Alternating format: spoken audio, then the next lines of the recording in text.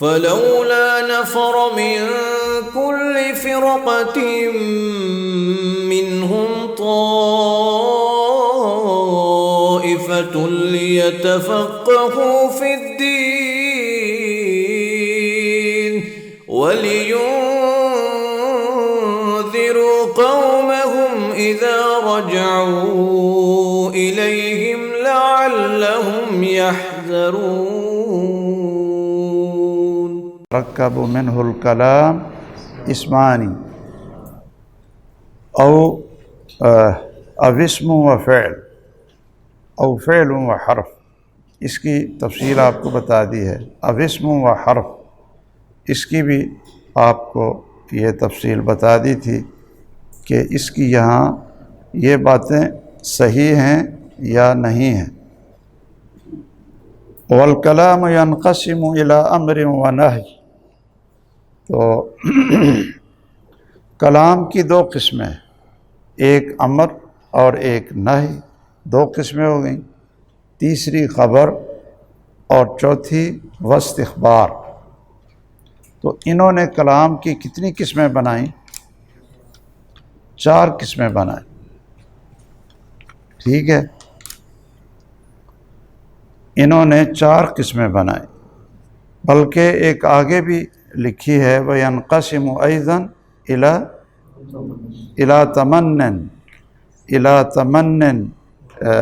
تَمَنٍ وَعَرْضٍ وَقَسَمٍ. یہ کتنی قسمیں بن گئیں؟ 7 قسمیں اس نے بنا دی. حالانکہ جو اہل لغت یا اہل نحو ہیں وہ کلام کی 2 قسمیں ہی بناتے ہیں. کلام کی 2 قسمیں ہی بناتے ہیں.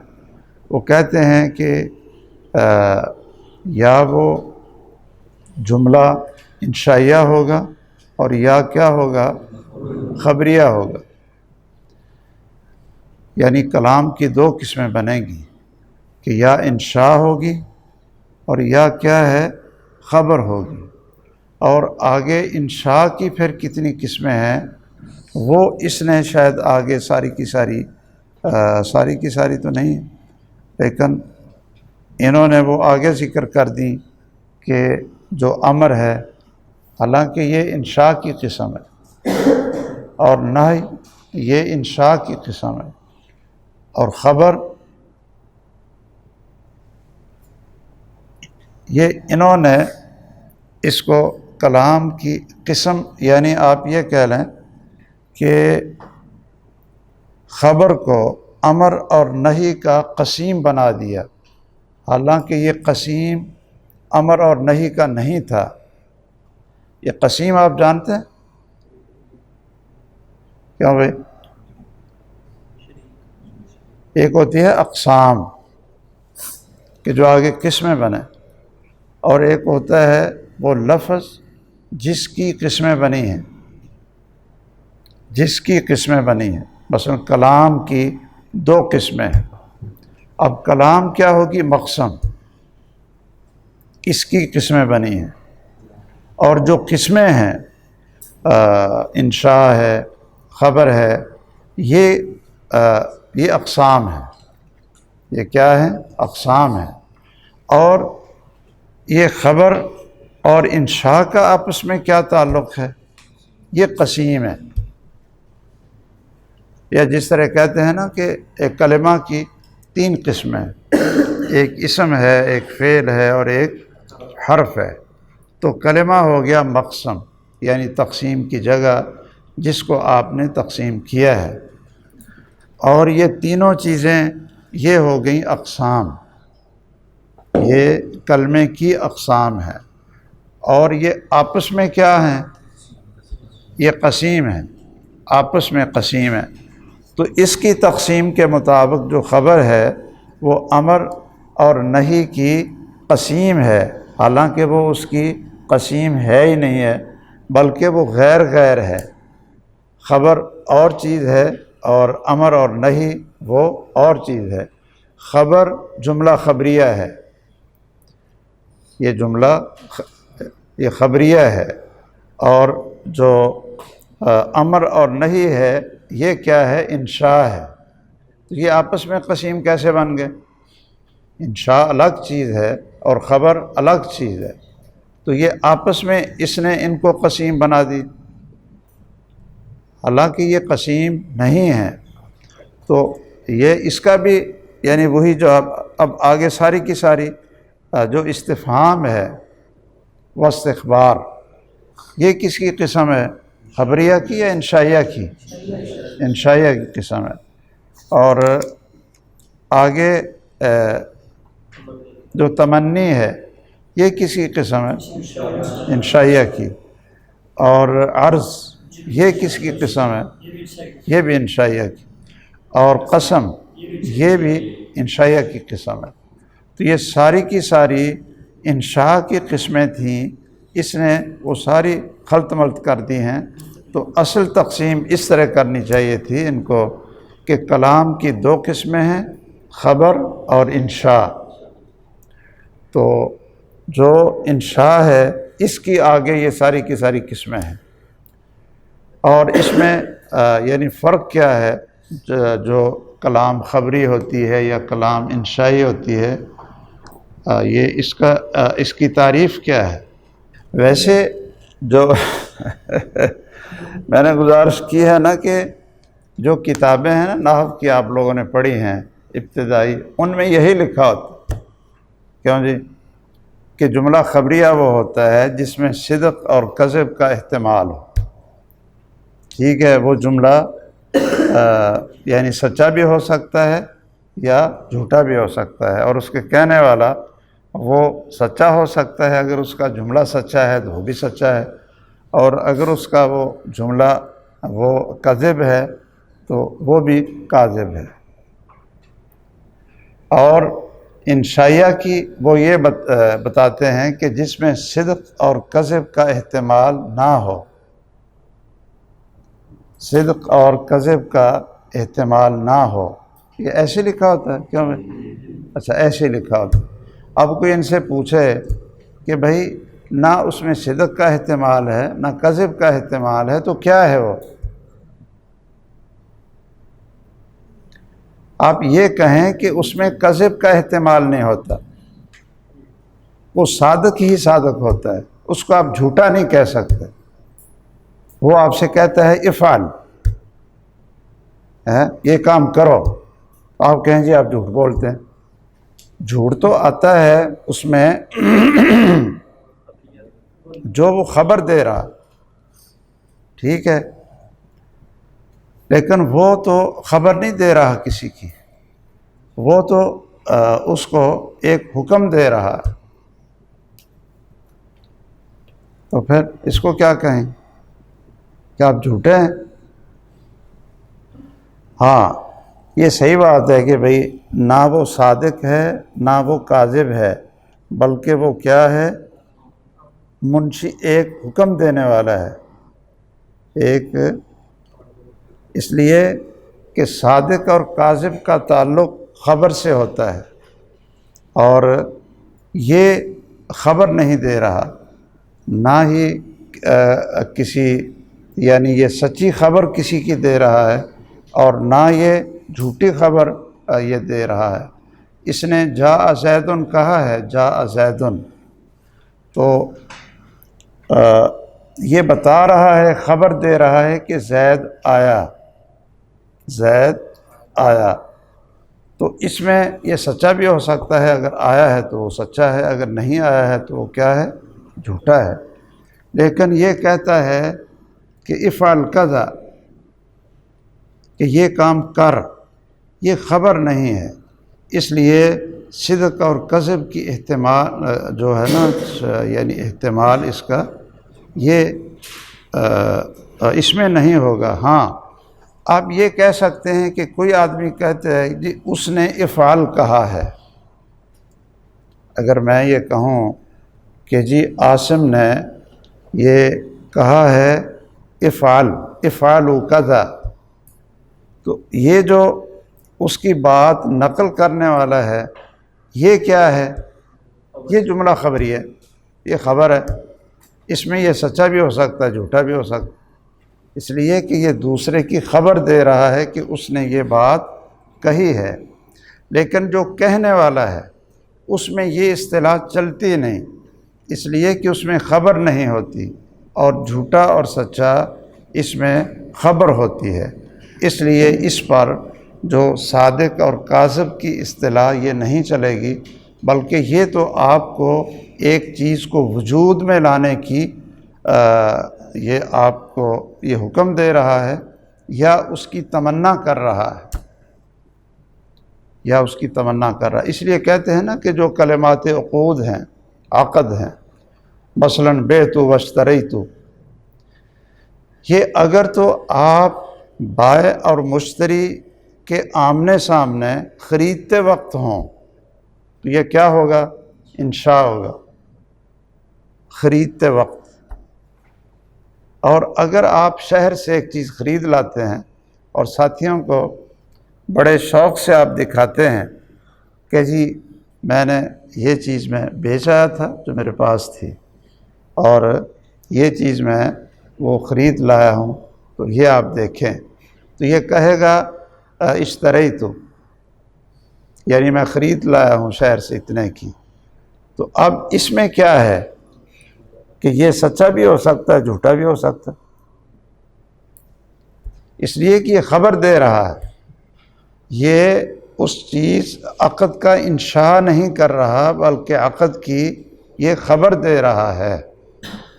اسی طرح جملہ قسمیہ ہے، ایک ہے قسم واللہ، اور ایک ہے مقسم بہی، جس چیز پر اس نے قسم اٹھائی ہے۔ تو یہ قسم اٹھانے میں تو یہ اس کو ہم سچا جھوٹا نہیں کہہ سکتے، وہ تو اس نے قسم اٹھائی،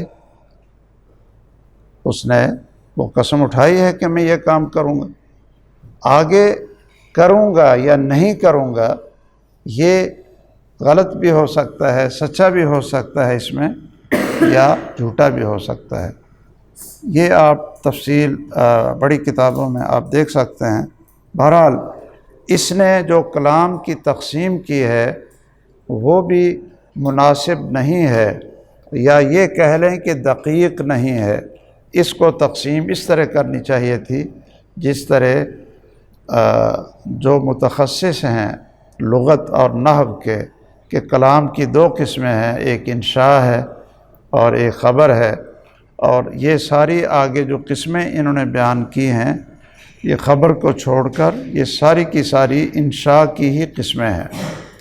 تو اس میں امر بھی ہے، نہی بھی ہے، اور کیا ہے؟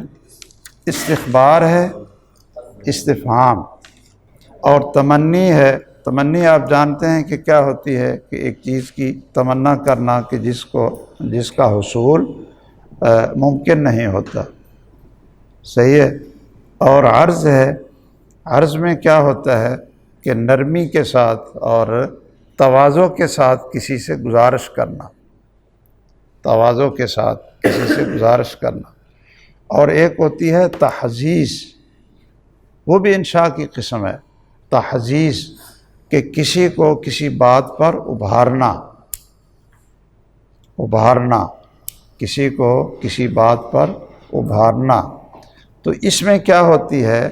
اس میں قوت ہوتی ہے اور شدت ہوتی ہے، قوت ہوتی ہے اس میں۔ یہ اگر بڑے کی طرف سے ہو تو وہ تحزیز ہوگی، اور اگر ساتھی کی طرف سے ہو تو وہ کیا ہوگی؟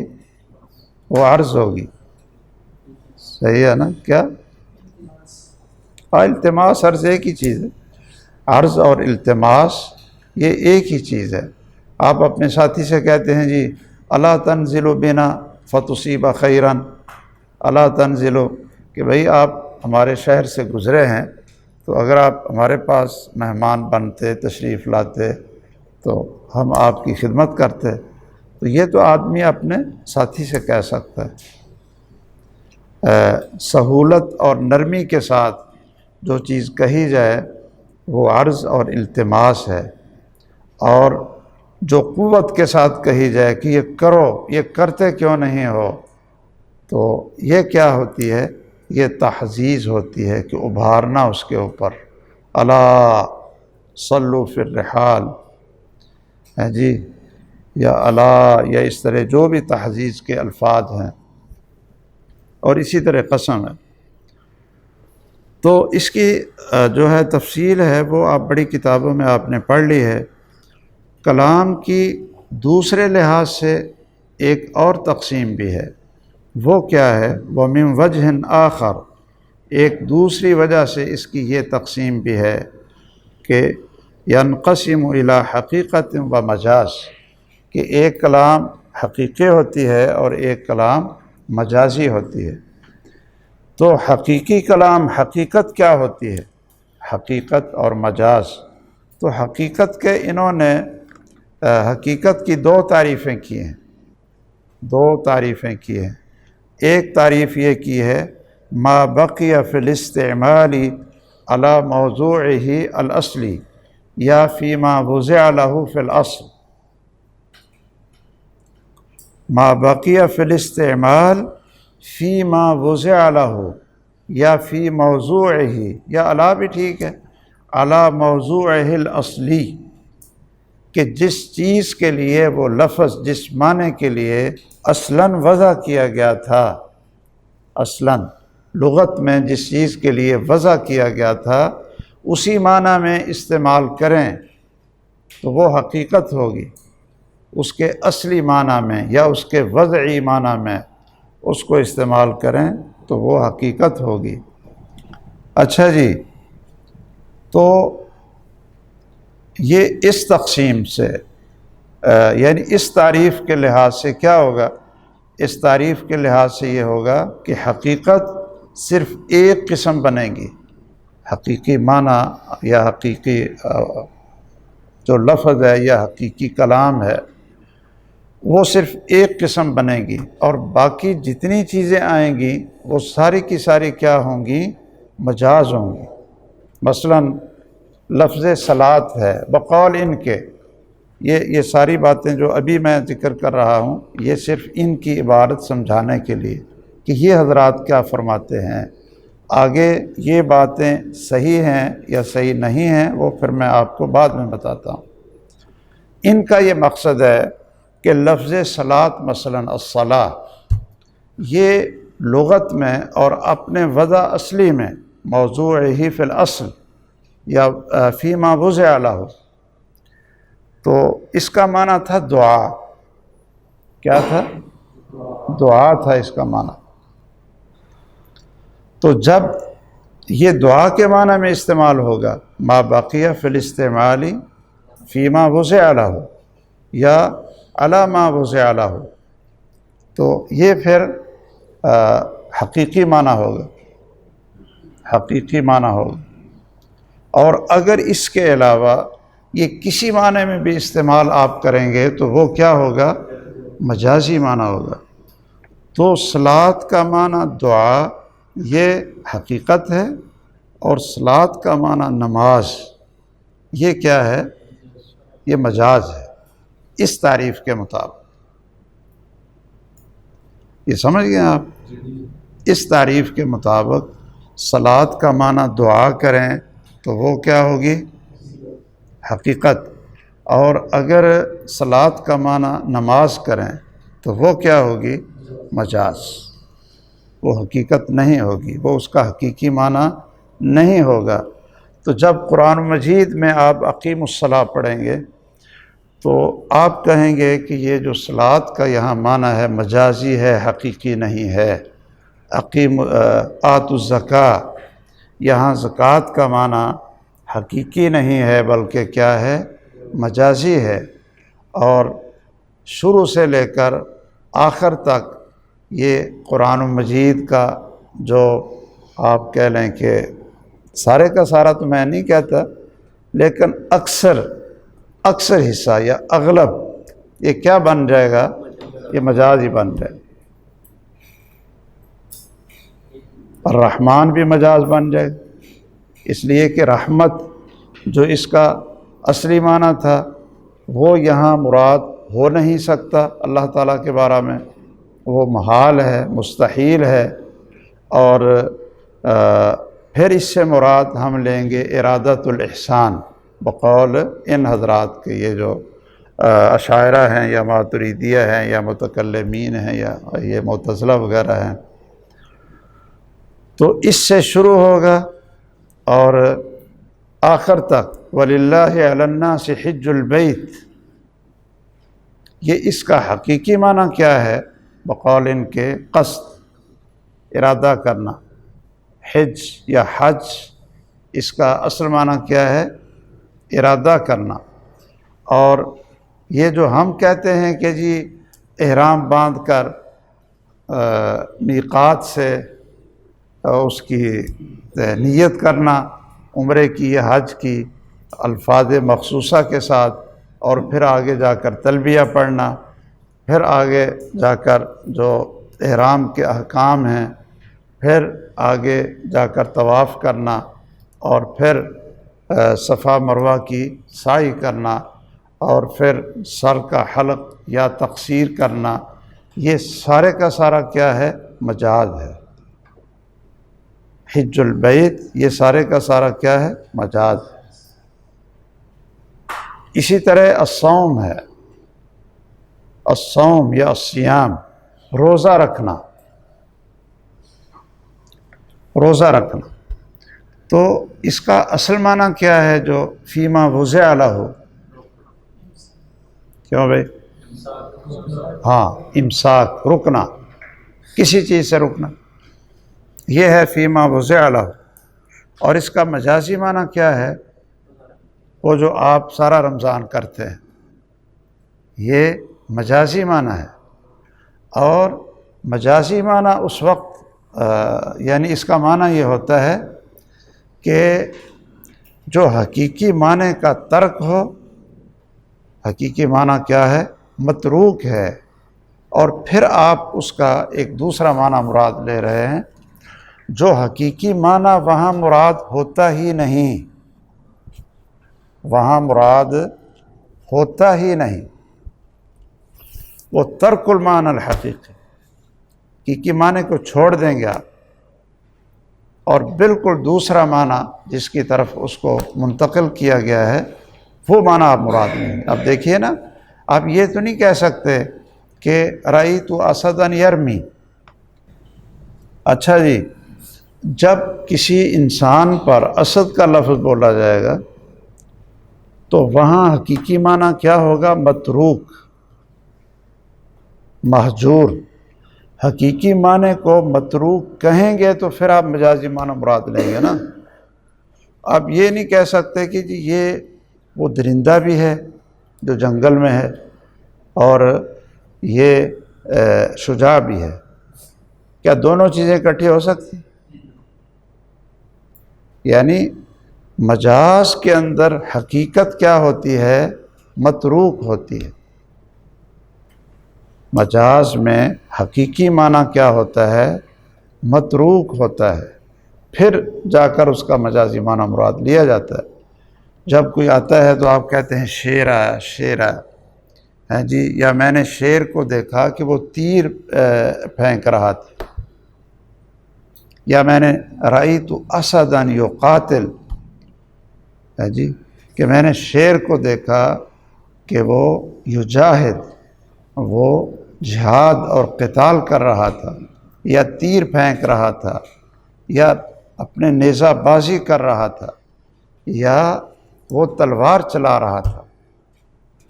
تو اب اس سے حقیقی معنی جو بقول ان کے کہ شیر جو ایک درندہ ہے، اس کا منہ اس طرح کا ہے، اس کے پنجے ایسے ہیں، اور وہ شکار کرتا ہے، اور وہ یعنی چیر پھاڑ کرتا ہے، اور اس کے پنجے ہیں، تو کیا آپ یہ دونوں معنی یہاں مراد لے سکتے ہیں؟ دونوں نہیں لے سکتے، ایک ہی لیں گے، اور وہ متروک ہوتا ہے جو اس کا حقیقی معنی ہوتا ہے۔ وہ اچھا، یہ میں نے اس لیے آپ کو بتایا کہ یہ حضرات جتنے اللہ کی صفات ہیں اس کے بارے میں یہی کہتے ہیں کہ تمام صفات میں جو حقائق ہیں، حقیقی معنی، وہ کیا ہیں؟ متروک ہیں۔ اور اسی طرح عبادات میں جو حقیقی معنی ہیں وہ کیا ہیں؟ متروک ہیں۔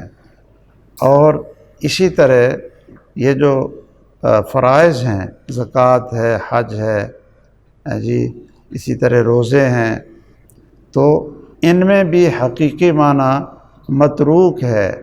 اس کا مجازی معنی ہم مراد لیں گے جو شریعت نے اس کو مقرر کیا ہے، جیسے کتب علیکم الصیام، کتب علیکم الصیام،